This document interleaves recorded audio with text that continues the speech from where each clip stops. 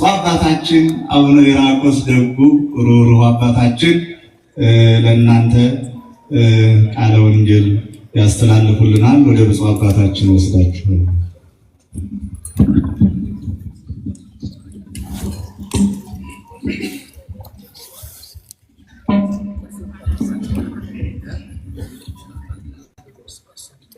በስመ አብ ወወልድ ወመንፈስ ቅዱስ አሐዱ አምላክ አሜን። በቅድስት ሥላሴ እንዘ አአምን ወእትማጽን፣ በቅድስት ሥላሴ እያመንኩና እየተማጸንኩ እክህደከ ሰይጣን በቅድመ ዛቲ እመ ቅድስት ቤተ ክርስቲያን፣ በእናቴ በቤተ ክርስቲያን ፊት ቆሜ ሰይጣንን እክድሃለሁ። እንተ ይእቲ ስምየ ማርያም፣ ለዚህም ምስክሬ ማርያም ናት። ብፁዕ አባታችን ብፁዕ አቡነ ሳሙኤል በኢትዮጵያ ኦርቶዶክስ ተዋሕዶ ቤተ ክርስቲያን የልማትና ክርስቲያናዊ ተራድኦ ኮሚሽን የበላይ ኃላፊ ሊቀ ጳጳስና የቅዱስ ሲኖዶስ አባል፣ ክቡር የካቴድራሉ ዋና አስተዳዳሪ ሊቀ ሥልጣናት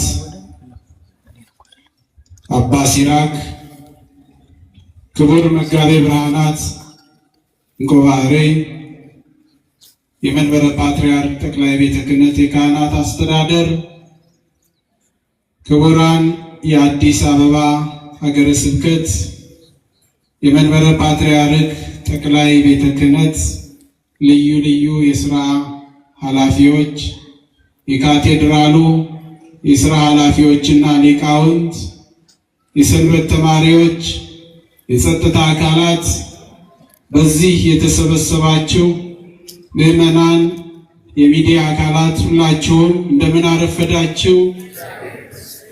እግዚአብሔር አምላካችን ስሙ ለዘላለም የተመሰገነ ይሁን።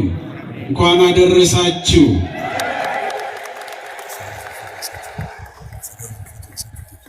በየዓመቱ ሲነገር እንሰማለን። ዛሬ ሥላሴ ምን ያደረጉበት ነው የሚታሰበው ቢባል ሁላችሁም በዝርዝር ማስረዳት ትችላላችሁ። የሥላሴ ሥራ፣ የሥላሴ ተግባር በዚህ ቀን ተጀምሮ በዚህ ቀን ይቋረጣል የሚባል ሳይሆን ዘላለም ሥላሴ በሰማይና በምድር ተአምራትና ድንቅ ሥራን እየሰሩ ይኖራሉ። ስለ ሥላሴ ሲነገር ሥላሴ ከሕግ በላይ፣ ሥላሴ ሰዎች ካስቀመጡት በሰማይም በምድርም ከተሰራው ሕግና ሥርዓት በላይ ናቸው። ጸጥታ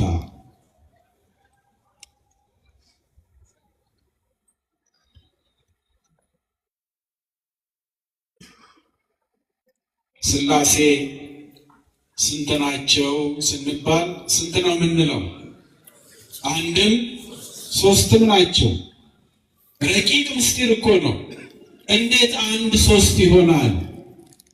እንዴትስ ሶስት አንድ ይሆናል? ሶስት ሶስት ነው፣ አንድ አንድ ነው። በሥላሴ ባህሪ ግን ሥላሴ አንድ ሲሆኑ ሶስት፣ እንዘ አሃዱ ሰለስቱ ወእንዘ ሰለስቱ አሃዱ። በስም በአካል በግብር ሶስት እያል በመለኮት በአገዛዝ በስልጣን ይህንን ዓለም ጠቅልሎ በመግዛት በመፍጠር አንድ እያልን አንድነታቸውን በሶስትነታቸው እያሰብን ሥላሴ አንድም ሶስትም ናቸው። ስማቸው ሲባል አብ ወልድ መንፈስ ቅዱስ፣ አብ አባት፣ ወልድ ልጅ፣ መንፈስ ቅዱስ ሰራጺ። አብ አባት ቅድመ ዓለም ወልድን የወለደ ኢየሱስ ክርስቶስ ሁለት ልደት ነው ያለው። ነአምን ክልኤተ ልደታተ ሳዊሮስና ባስልዮስ በሃይማኖተ አበው እንደተናገሩት ቅድመ ዓለም ያለ እናት ከአብ ድህረ ዓለም ያለ አባት ከድንግል ማርያም የተወለደ የሰውን ሥጋ የለበሰ መንፈስ ቅዱስ ሰራጺ የምንለው ከአብ የወጣ ከአብ የሰረጸ ነው። ይህንን ምስጢር ነው መመርመር የማይቻለው። ናርምም እስመ ኢንድፈጽም የጌትነቱን ክብር መመርመር አንችልምና ናርምም ዝም እንበል።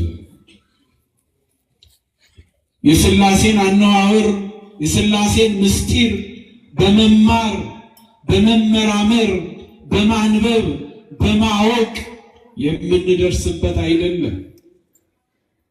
ቅድም ቅዳሴ ሲቀደስ እንደሰማችሁት አንስርት ንስሮች የማይደርሱበት ምጡቅ ነው።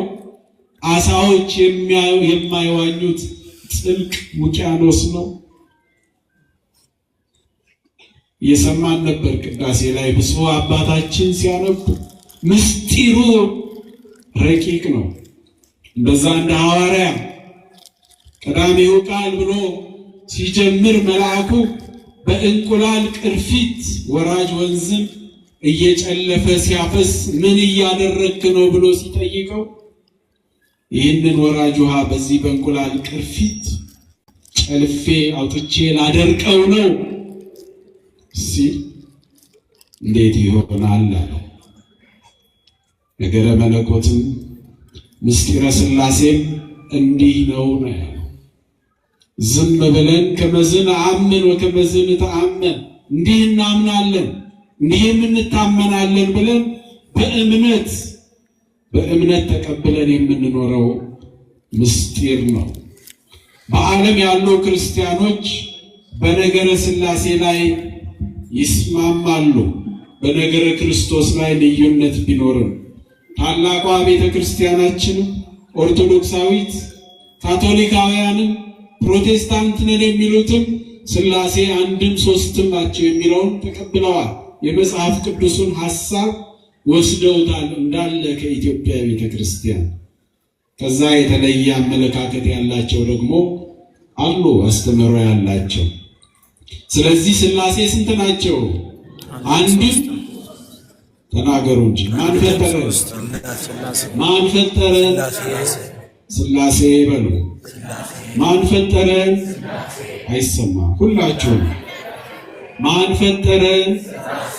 ሥላሴ ስንት ናቸው? ሥላሴ ስንት ናቸው? ስማቸው ማን ማን ነው? ስማቸው ማን ነው? አብ ማለት ምን ማለት ነው? የማን አባት? የወልድ። ወልድ ማለት ምን ማለት ነው? ወልድ ማለት ምን ማለት ነው? የማን ልጅ? የአብ። መንፈስ ቅዱስ ምን ማለት ነው? ከማን የሰረጸ? መሰረተ ትምህርቱ ይሄ ነው። የኢትዮጵያ ቤተ ክርስቲያን መሰረቷ፣ የትምህርት መጀመሪያው መጨረሻውም ይሄው ነው። እግዚአብሔር አምላካችን ስሙ የተመሰገነ ይሁን። እግዚአብሔርን አመስግኑት።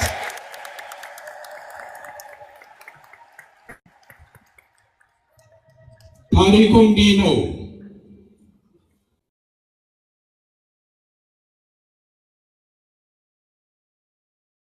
ቅድመ ከ2365 ዓመታት በፊት ናምሩድ የተባለ ሰው ነበረ። ናምሩድ የሚኖረው ሰናኦር በሚባል መንደር ነው። ሰናኦር የዛሬዋ ኢራቅ ናት። ናምሩድ የተገነባው ዛሬ ባግዳድ የተባለች በምትጠራው የኢራቅ መዲና ላይ ነው። ናምሩድ የኖህ ልጅ ካም፣ የካም ልጅ ኩሽ፣ ከኩሽ ነገድ የተገኘ ጦረኛ ሰው ነው። እግዚአብሔርን የማይፈራ ነው። ተዋጊ ነው። ገዳይ ነው። አምላክ የለው። ጣዖታትን ያመልካል። በእጁ የጠረበውን በእጆቹ ያለዘበውን አምላክ እያለ የሚያመልክ እግዚአብሔርን ከማመን ፈቀቅ ያለ ከቡደ መዝራይት የሆነ በሰው ዘንድ የሚወደድ ሳይሆን የሚፈራ ሰው ነበረ ናምሩድ። ሕዝቡን ሰበሰበ። በአካባቢው ያሉትን የሴምንም የኩሽንም ነገድ ወጣቶች እየማረከ በዚያ በሰናኦር ሜዳ ላይ ሰበሰባቸው። በሰማይ ላይ የሚኖር እግዚአብሔር የሚባል አምላክ አለ። ጡብና ብጅና ትልቅ ሕንፃ ሰርተን እግዚአብሔርን እንዋጋ፣ ሕንፃው ደግሞ ለስማችን ማስጠሪያ ይሆናል ብሎ ጀመረ። እየሰማችሁ ይቻላል እንዴ? እግዚአብሔርን መዋጋት ይቻላል? እግዚአብሔር ጋር የጡብ ቤት ሰርቶ መድረስ ይቻላል? አረ ተናገሩ። ወይ ይቻል ከሆነ ይቻላል በሉ። እግዚአብሔርን ማግኘት በምርምር መድረስ ሕንፃ ሰርቶ መንካት ይቻላል? አይቻልም። እናድርገዋለን። ግማሹ ጭቃ ያቦካል፣ ግማሹ ጡብ ይሰራል፣ ግማሹ ጡቡን በእሳት ይለበልባል፣ ሌላው ይገነባል። ከፍ እያለ ሄደ። ሕንፃው እያደገ ሄደ። ሕንፃው እየረዘመ በሄደ ቁጥር እነሱም የልብ ልብ እየተሰማቸው ደረስንበት እያሉ ይወጡ ነበር። ፍላጻ ወደ ሰማይ እየወረወሩ ደም የነካው እየመሰላቸው እግዚአብሔርን ያገኙ የተዋጉ እየመሰላቸው በእግዚአብሔር ላይ ይገዳደሩ ነበረ። በእግዚአብሔር ላይ የሚገዳደሩ ብዙ ሰዎች አሉ። ነገር ግን ይጠፋሉ። እግዚአብሔር ቋንቋቸውን ደበላለቀው። ኖ ንረድ ወንትአው ነገሮሙ ለከለዳውያን፣ ከለዳውያን ነው የሚባሉት። ኑ እንውረድና የከለዳውያንን ቋንቋ እንደበላልቀው አሉ። በእግዚአብሔር ባህሪ በሥላሴ ባህሪ መውጣትና መውረድ ያለ ሆኖ አይደለም። ባሉበት ሆነው ቋንቋቸውን ቀያየሩባቸው። ከዛም በፊት አንድ ቋንቋ ነበር፣ ከዛ በኋላ ቋንቋቸው ተደበላለቀ። እግዚአብሔርን ሳይዙ የጀመሩት መንገድ የትም አያደርስም። እግዚአብሔር ከነሱ ጋር ስላልነበረ ተበታተኑ። አካሄዳቸው ልክ ስላልነበረ በትዕቢት ያለ ፍርሃት እግዚአብሔርን ለመጋፋት የተደረገ ጉዞ ነበረ። መጨረሻ ላይ ተበተኑ። በቅርብ ጊዜ ትልልቆቹ ታስታውሳላችሁ፣ እግዚአብሔር የለም የሚሉ ሶሻሊስቶች ተፈጥረው ነበር። የነ ማርክስ ፍልስፍና ብዙ ሰው እግዚአብሔር የለም ብሎ ነበር። እግዚአብሔር አለ፣ ሰዎቹ ግን የሉ። ቅድመ ዓለም እስከ ለዓለም ሀሎ እግዚአብሔር በመንግስቱ፣ እግዚአብሔር ከዓለም በፊት እስከ ዘላለም በመንግስቱ ነበረ። ሰማያት ሳይዘረጉ የየብስም ፊት ሳይታይ ሐመልማላትም ሳይበቅሉ እግዚአብሔር በመንግስቱ ነበረ። ከዚህ በኋላም ይኖራል። እግዚአብሔር እስከ የለው ዘካሃ ዘዝየ አልፋ ኦሜጋ የመጀመሪያም የመጨረሻ እሱ ኤልሻዳይ ያለ የነበረ የሚኖር በዘመናት የማይሸመግል የማይደክም ብቸኛ አምላክ እግዚአብሔር ነው። የለም ያሉትም አለ ብለው የተቀበሉትም ሁሉም ወደ እርሱ ሄደዋል። ሁላችንም በዚሁ መንገድ እንሄዳለን። ትናንትና ዛሬና ነገ አለን።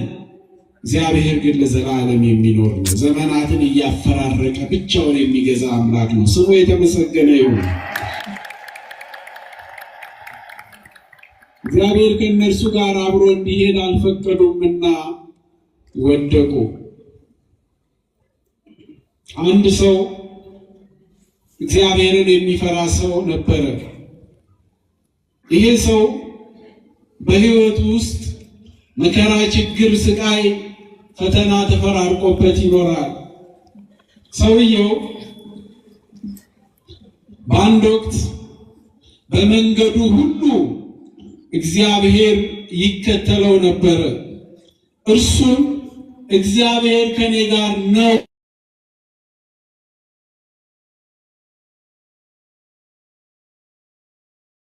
ብሎ ስለሚያምን መንገዱ ሁሉ እግዚአብሔር ከእርሱ ጋር ሆኖ አብሮት ይጓዛል። እየሰማችሁ ነው? በሕይወቱ ሲጓዝ ዞር ሲል ዱካ ወይንም ዳና የእግር ፈለግ ያገኛል። አንዱ የእግር ፈለግ የኔ ነው፣ ሁለተኛው የእግዚአብሔር ነው ይላል። እውነትም ሲዞር የእሱንና የእግዚአብሔርን ዳና ነው የሚያገኘው። ማንም ሰው አልነበረ። ብዙ ውጣ ውረዶችን፣ ብዙ ችግሮችን፣ ብዙ ፈተናዎችን ተቋቁሞ አለፈ። በስተመጨረሻ ግን አንድ ትልቅ ፈተና ገጠመው። በመንገዱ አሁንም አልቆመም። ሲጓዝ ዞር ሲል አንድ የእግር ዳና ወይንም ፈለግ ብቻ ነበረ ያገኘው። ብቻዬን ቀረው ማለት ነው አለ። ፈተናውን እየተቋቋመ ክርስቲያን ተስፋ አይቆርጥም እያለ ወደፊት ተጓዘ። አንድ ቀን በምድረ በዳ ሆኖ ሲጸልይ እግዚአብሔር አነጋገረው። ልጄ አይዞህ በርታ አለው። እግዚአብሔር ሆይ ትተኸኛል፣ እኔስ መከራውን አለፍኩት፣ አንተ ግን ተውከኝ አለው። በምን አወክ ሲለው በመንገዴ ዞር ሲል እኮ የአንድ ሰው ዳና አንድ ኮቴ ፈለግ ብቻ ነው ያገኘሁት፣ ያም የኔ ነው። ብቻዬን ተራመድኩት ወጣሁታል። እግዚአብሔርም እንዲህ አለው፣ ልጄ ያየኸው የእግር ኮቴ ያንተ ሳይሆን የኔ ነው አለው። አምላኬ ሆይ የኔስ የእግር ኮቴ የታለ ብሎ ሲጠይቅ ያንተንማ በመንገድህ ደክመህ እኔ ተሸክሜ ስላመጣሁህ እኔ ትከሻ ላይ ስለነበርክ ያንተ የእግር ፈለግ መሬት ላይ አልታተሙም አለው። እግዚአብሔር ከኛ ጋር ሲሆን ተሸክሞ ያሻግረናል። አይወጡም የተባልነውን ትልቁን ተራራ እንወጣዋለን። አይሻገሩትም የተባልነውን ገደል እንሻገራለን። በሕይወታችን በጉዟችን እዚህ የደረስነው እንቅፋት ስላልመታን አይደለም፣ እንዳንወድቅ እግዚአብሔር ስለደገፈን ነው። የመርዝ ብልቃጥ ስላልተበጠበጠ አይደለም፣ እግዚአብሔር መርዙን ስላከሸፈው ነው። ስላልተተኮሰ ፍላጻ ስላልተወረወረ አይደለም፣ እግዚአብሔር ስለጠበቀን ነው። ከምናየውም ከማናየው፣ ከምናውቀውም ከማናውቀው በሕይወታችን ውስጥ ካጋጠሙን ፈተናዎች ሁሉ እግዚአብሔር ጥላ ሆኖ ተንከባክቦ አንዳንድ ጊዜም በትከሻዎቹ ተሸክሞ ስላሻገረን ነው። እግዚአብሔር ከኛ ጋር ከሆነ ሁሌም አሸናፊዎች ነን። ወጥተን የምንገባው ተኝተን የምንነሳው በሕይወታችን ጉዞ እርምጃዎቻችን በሙሉ የተሳኩ የሚሆኑት፣ ነጋዴዎች ነግዳችሁ የምታተርፉት፣ ገበሬዎች አርሳችሁ የምታፍሱት የምታመርቱት፣ መምህራን ተማሪዎች በሕይወታችሁ በጉዟችሁ ሁሉ የተቃና ነገር የሚገጥማችሁ በራሳችሁ ጥበብ እንዳይመስላችሁ። ማን ከኛ ጋር ስለሆነ ነው? እግዚአብሔር። እግዚአብሔር ከኛ ጋር ባይሆን ኖሮ ነው። እግዚአብሔር ከኛ ጋር ባይሆን ነቢዩ ዳዊት ጠላት ምንኛ በናቀ ለጥርሳቸው ንክሻ ያላደረገን እግዚአብሔር ስለታደገን ነው። ከመኪና አደጋው፣ ከእሳት ቃጠሎ፣ ከመዓቱ፣ ከመብረቁ፣ ከሚመጣው ነገር፣ ከፈተናው፣ ከሁሉ ነገር የታደገን የጠበቀን ጤነኞች ያደረገን በዝናብ አብቅሎ በፀሐይ አብስሎ የሚመግበን እግዚአብሔር እርሱ ብቻ ነው። ስሙ የተመሰገነ ይሁን።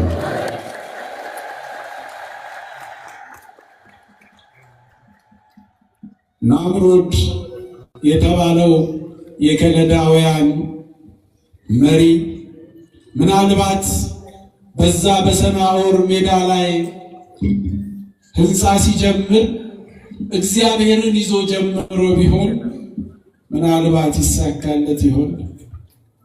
እንዳሰበው ወደ ላይ መድረስ ባይችልም ፍርስራሽ አይሆንም ነበር። ቋንቋቸው አይበተንም፣ አይደበላለቅም ነበረ። ነገሮች ሁሉ እግዚአብሔር ሲጋረፍ አለንጋ ያነሳም ያደርግህ የለም ወይ? ነገርህ እንዳይጥም ነገሮቻቸው እንዳይጥሙ ሆኑ። የጀመሩት እንዳያልቅ ሆነ። ብክንክን አለ። ነገር ተበላሸ። በየመጡበት ተበታተኑ። እግዚአብሔርን ስንይዝ የጀመርነው ያልቃል፣ ያሰብነው ይሳካል። የተተለመው የተጀመረው ሁሉ ፍጻሜውን ያገኛልና የፍጻሜ ባለቤት እግዚአብሔር ከሁላችን ጋር ይሁን። እግዚአብሔር ይባርካችሁ።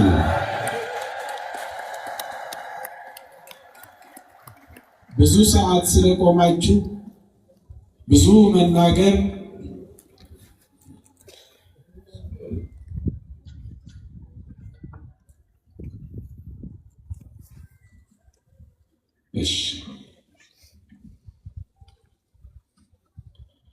ቅድም ከክቡር ዋና ጸሐፊው ከሊቀ ስልጣናቱ መልእክት ሲተላለፍ ነበረ። ባለፈው ክብረ በዓልም እዚህ ተገኝቼ እንዲሁ ነበረ። እዚህ ድረስም መነገር አይገባው። ምናልባት እግዚአብሔር ለዚህ አገልግሎት ያዘጋጃችሁ እግዚአብሔር በገንዘብ ላይ የሾማችሁ ሰዎች ካላችሁ ቀረብ ብላችሁ ምን እናድርግ ምን እንታዘዝ በሉና ገንዘባችሁን ከእግዚአብሔር ገንዘብ ጋር ቀላቅሉ። መንፈሳዊ ኃላፊነት ግዴታችሁን ተወጡ። እግዚአብሔር ባደራ በእጃችሁ ላይ ያስቀመጠው ገንዘብ ካለ ስራ ስሩ። እነሱ ለሚሉት አገልግሎት በእርግጥ እዚህ ሆኖ ፊት ለፊት ሲታይ የቆሸሸ የወዳደቀ አሮጌ ቆርቆሮ ነው የሚታየውና ይሄ ከከተማውም ገጽታ ለቤተ ክርስቲያንም ከምንሰጠው ክብር አንጻር የሚመጥን ስላልሆነ ምናልባት ምን ብንሰራ ይሻላል እያላችሁ እያሰባችሁ ያላችሁ ሰዎች ዛሬም ነገም ከነገ ወዲያ መጣችሁ በማነጋገር በካሬም ይሁን በሜትር ተለክቶ የሚሰጣችሁ የሥራ ስፍራ ካለ እሱን አብራችሁ እንድትሰሩ ወይንም በገንዘብ እንድታግዟቸው ያቀረቡትን ቅድም ክቡር አስተዳዳሪው በብፁዓን አባቶችን መልእክቱ ይተላለፍ ስላሉ ችሉ ለመናገር ነው። እግዚአብሔር ከሁላችን ጋር ይሁን። እግዚአብሔር ይባርካችሁ። ብፁዕ አባታችን ብፁዕ አቡነ ሳሙኤል ከሌሊት ከኪዳኑ ጀምሮ በቅዳሴ እጅግ በጣም ድንቅ የሆነ ቅዳሴ አገልግሎት አከናውነው አቁርበዋል። አሁን ደግሞ በዚሁ እንዲያልቅ ብፁዕነታቸው ስለፈቀዱ የሰማነውን ለሕይወት ያድርግልን፣ ቃለ ሕይወት ያሰማልን። እኛንም በእድሜ በጸጋ በምሕረት በቸርነት ይጠብቀን። የእግዚአብሔር ቸርነት ይመቤት አሁን ዘበሰናል